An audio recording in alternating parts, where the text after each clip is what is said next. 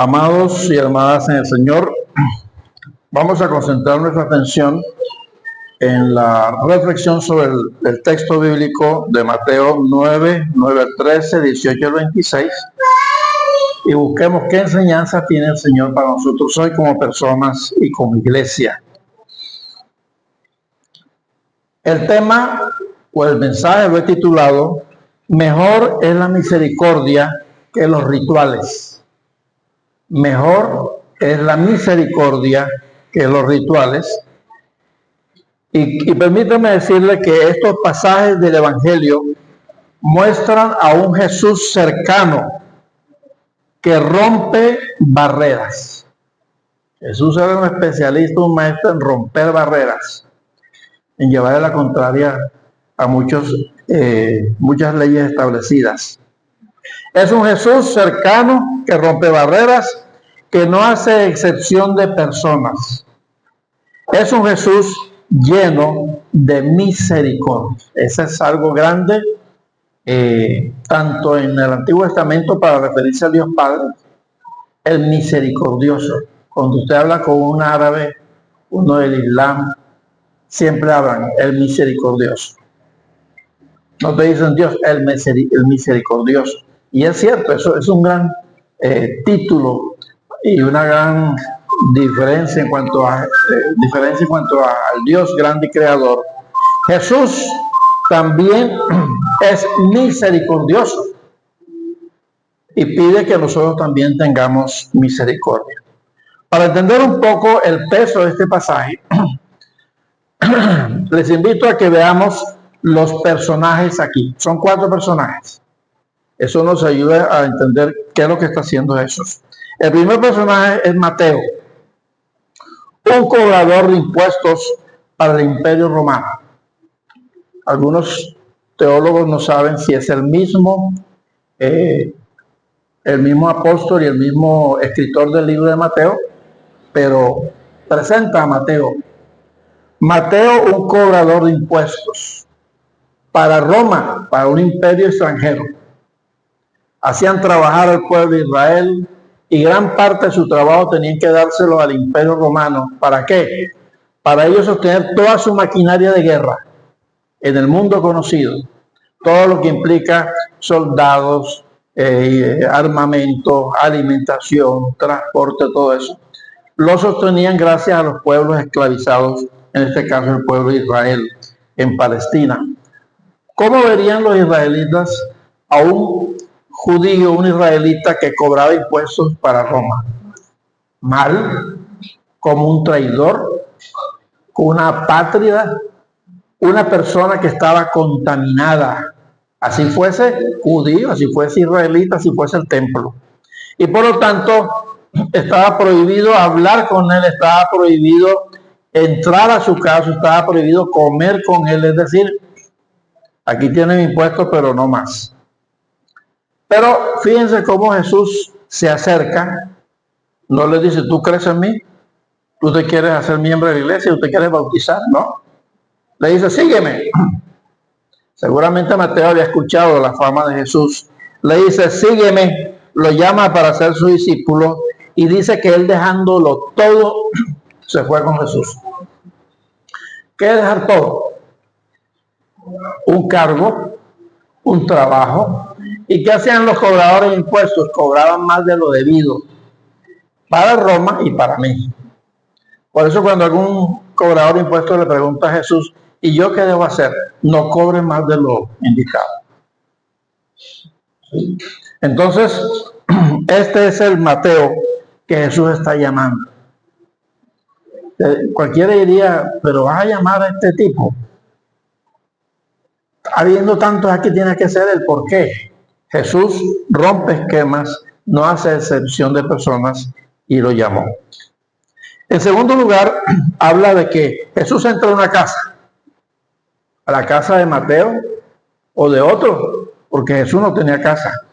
Dice que estaba allí reunido con gente de mala fama. Los judíos no podían hablar con la mujer en público, no podían tocar a un enfermo, no podían entrar a la casa de un cobrador de impuestos, no podían ir a la casa de un extranjero. Una serie de prohibiciones que ellos se habían inventado porque buscaban la pureza. Así hicieran todo lo contrario. Gente de mala fama. No dice en qué consistía la mala fama. Posiblemente eran otros cobradores de impuestos o gente de dudosa reputación. ¿Y qué hizo Jesús? Se sentó con ellos, comió con ellos, los aceptó en la mesa y seguramente, así como el hermano Argenis allá en el Ministerio de Educación, les habló del Evangelio, sacó su Nuevo Testamento y le habló. Le dio su alimento espiritual. Eso seguramente hizo Jesús. Después nos habla de una mujer, tomen en cuenta, mujer enferma y con flujo de sangre. Jesús no busca a la mujer busca a Jesús, porque oyendo su fama dice, si por lo menos toco el borde de su vestidura, porque me está prohibido como mujer acercarme a un hombre y tocarlo. De pronto nadie se da cuenta, pero yo quiero tocarlo, el manto de su vestido. Y Jesús se voltea y dice, alguien me ha tocado. Pero maestro, si la gente te tiene aquí apretujado, todo el mundo está aquí empujando y viene a preguntar que quién te tocó. Es que no fue un toque cualquiera, fue un toque especial, un toque de fe. Y voltea y la mujer dice, yo fui maestro. ¿Qué le dice Jesús? ¿Atrevida? No. Le dice, tu fe te ha sanado, tu fe te ha salvado. La bendice de esa manera, sobre todo con la salud. Porque era mujer, estaba prohibida acercarse, porque estaba enferma y con flujo de sangre, y para ellos eso era contaminante. El que tocaba a una mujer con flujo de sangre por su periodo menstrual o por alguna enfermedad no podía juntarse con los demás. Era visto como algo aberrante. Pero Jesús la aceptó, no importando lo que dijeran los demás. Y en cuarto lugar, habla de un líder judío. Un líder podría ser político y a la vez religioso, seguramente no bien visto por el pueblo, aunque no todos tenían mala fama. Era un líder judío que también pertenecía a una clase social, por lo general pudientes, pero eran aquellos que estaban cargando el pueblo con muchas leyes y eso también traía rechazo. Le dice que su hija está enferma y Jesús la sana sin importar que esos líderes religiosos lo perseguían, lo calumniaban y buscaban cómo matar. Los líderes religiosos eran aquellos que estaban llenos de dogmas, rituales, leyes, tradiciones, y empezaron a criticar a Jesús, no el personaje, los líderes que estaban alrededor empezaron a criticar a Jesús. ¿Cómo se junta con pecadores, cobradores de impuestos? ¿Cómo es posible que se deja tocar y trata con una mujer? Y Jesús, conociendo su pensamiento, voltea y le dice, los que están sanos no necesitan de médico, sino los enfermos. Yo no he venido a buscar justos, sino a pecadores. Se me viene a la mente un ejemplo de pronto muy curioso, que uno llega a un hospital y encuentra una fila larga de gente, y llega uno, mira, ¿y esta fila para qué es? Esta fila es para los sanos que vienen al hospital, los sanos al hospital, y la de los enfermos, no, los enfermos no entran al hospital. Es contradictorio, ¿verdad? Un médico, yo vengo buscando los sanos para atenderlos, dice un médico, ¿quiénes están sanos para consulta? No. El médico busca la necesidad, al necesitado. Aquí Jesús está buscando al que lo necesita y que reconoce también su necesidad espiritual y su necesidad de Dios. Los que están sanos no necesitan médicos. Si te crees muy santo, quédate con tu santidad. Pero él estaba rodeado de aquellos que más lo necesitaban. Y es que Dios prefiere la misericordia por encima de los sacrificios. Y esto es importante ubicarlo en el contexto del pueblo judío. Los sacerdotes y líderes agarraban animales, corderos, toros, lo sacrificaban, tenían templos, tenían rituales, vestimentas, el orden de todo. Estaban llenos de rituales y de tradiciones. Pero Dios prefiere la misericordia. ¿Y qué es la misericordia? La misericordia es un don de Dios que nos lleva a ser compasivos. La misericordia no es lástima. Ay, pobrecito, pero sigo de largo. No, la misericordia es el don de Dios que te lleva a hacer algo por aquella persona que está sufriendo y necesitada. La cita es de Oseas 6:6. Jesús está repitiendo a Oseas, porque la misericordia quiero, no sacrificio. Es un dicho judío que significa: yo deseo misericordia más que sacrificios, más que la estricta obediencia de la ley.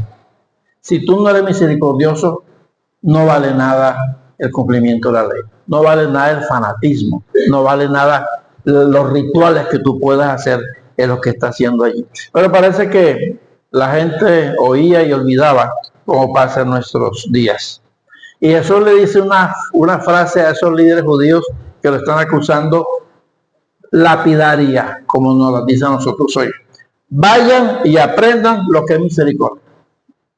Le está hablando a los líderes judíos, conocedores de las escrituras, fanáticos y ritualistas, gente que mantenía metida en el templo. Vayan y aprendan lo que es misericordioso, lo que es misericordia. Ellos sabían que era misericordia, la teoría sí. Ellos habían estudiado en las escrituras, sí. Conocían el mensaje de Oseas, sí. Pero hay una diferencia entre la teoría y la práctica. Les he dicho muchas veces, la fe cristiana es vivencia, es un estilo de vida, no es simplemente un concepto abstracto. No puede separarse la adoración de la misericordia y de la atención a los más necesitados. Y le dice, vayan y aprendan, vayan, revísense porque hay algo mal allí en ustedes que hablan de misericordia, pero no han entendido nada. Vayan y aprendan. Aquí podemos resumir, en primer lugar, que hay un aspecto doctrinal de fondo. Jesús es el Hijo de Dios, el profeta y el Mesías, el misericordioso. El gran misericordioso. Si a Jesús y a su mensaje se le quita el concepto de misericordia, se queda vacío. Lo mismo que le puede pasar al cristiano y a la iglesia. La misericordia es un don de Dios y un principio del reino de Jesús, un principio de acción del creyente y de la iglesia. Por lo tanto, debe ser una práctica de todos nosotros y de toda comunidad.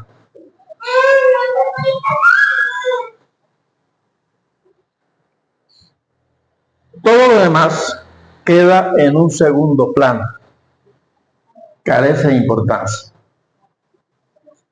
En estos días, en un diálogo pastoral con una hermana de la iglesia, me contó una ilustración que me sirvió para el mensaje de Dios. Me dice que estaba en una iglesia y entró una persona de la calle. Me imagino yo, mal vestido, maloliente, y se sentó dentro del templo y vinieron los encargados y ujieres y le dijeron, usted no puede estar aquí, tiene que irse. El hombre dice, pero es que lo que yo quiero es escuchar la palabra de Dios. No, se va. Y lo sacaron. Pensando en ese testimonio, decía, ¿y dónde quedó la misericordia? No fueron capaces de preguntarle cómo te llamas, qué te pasa, ¿sí? ¿Qué te preocupa, qué te duele? ¿Ya comiste? ¿Tienes sed? Si le molestaba tanto que estuviese sucio y maloliente, pues vaya y báñenlo. Si no le gustaba la ropa, cámbiesela. Y vamos a ver qué podemos hacer para que este hombre salga de esa situación. Es muy distinto, pero para ellos, ¿qué era más importante? El templo, la liturgia, el culto, la pulcritud. ¿Qué dirán mis amigas o mis amigos?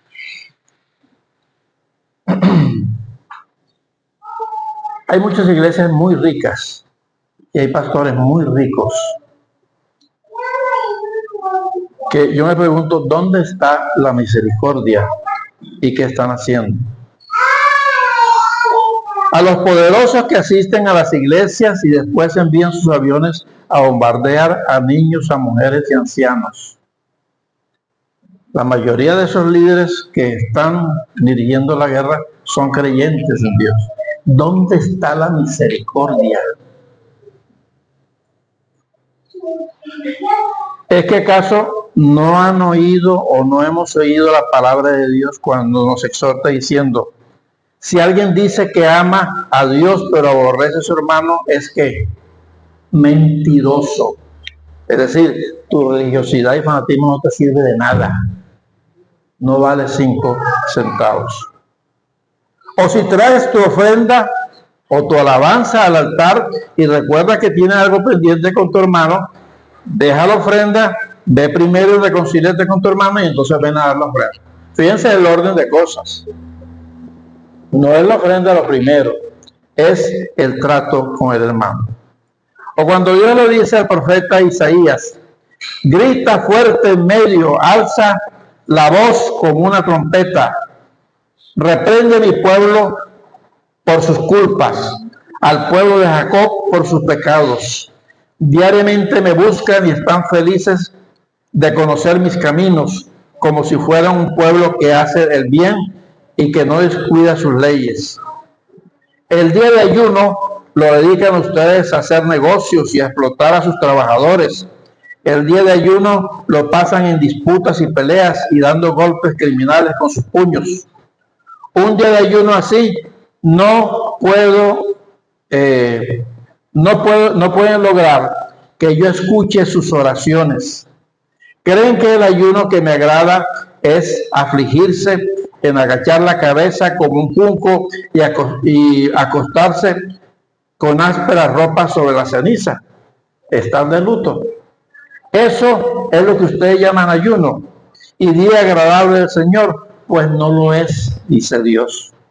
El ayuno que a mí me agrada consiste en esto, en que rompas las cadenas de la injusticia y desate los nudos que oprimen el yugo, en que dejes libres a los oprimidos y acabes, en fin, con toda la tiranía.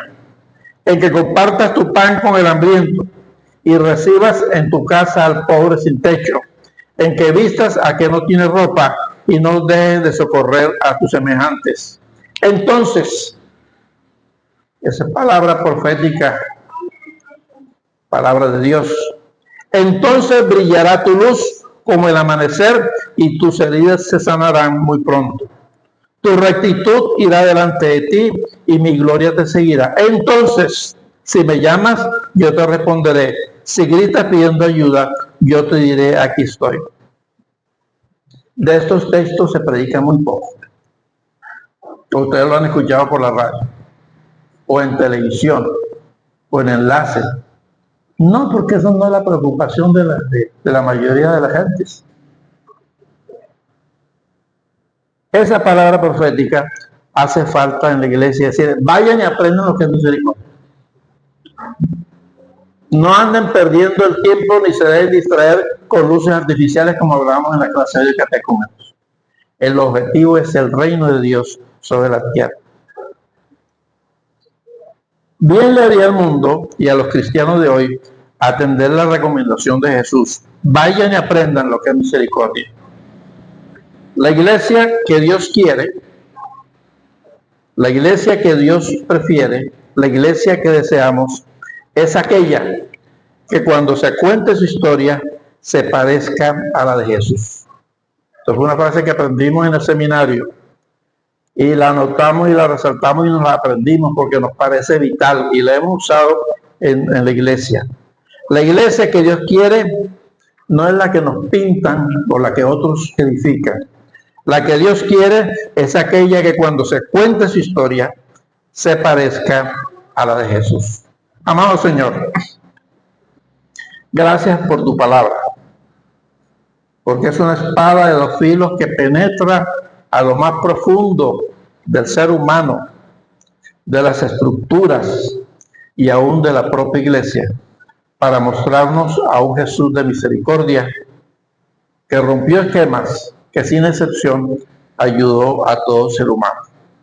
Permite que esa sea la claridad nuestra hoy. Y después de hacer misericordia, entonces todo lo demás tendrá sentido. Lo pedimos en Cristo Jesús. Amén.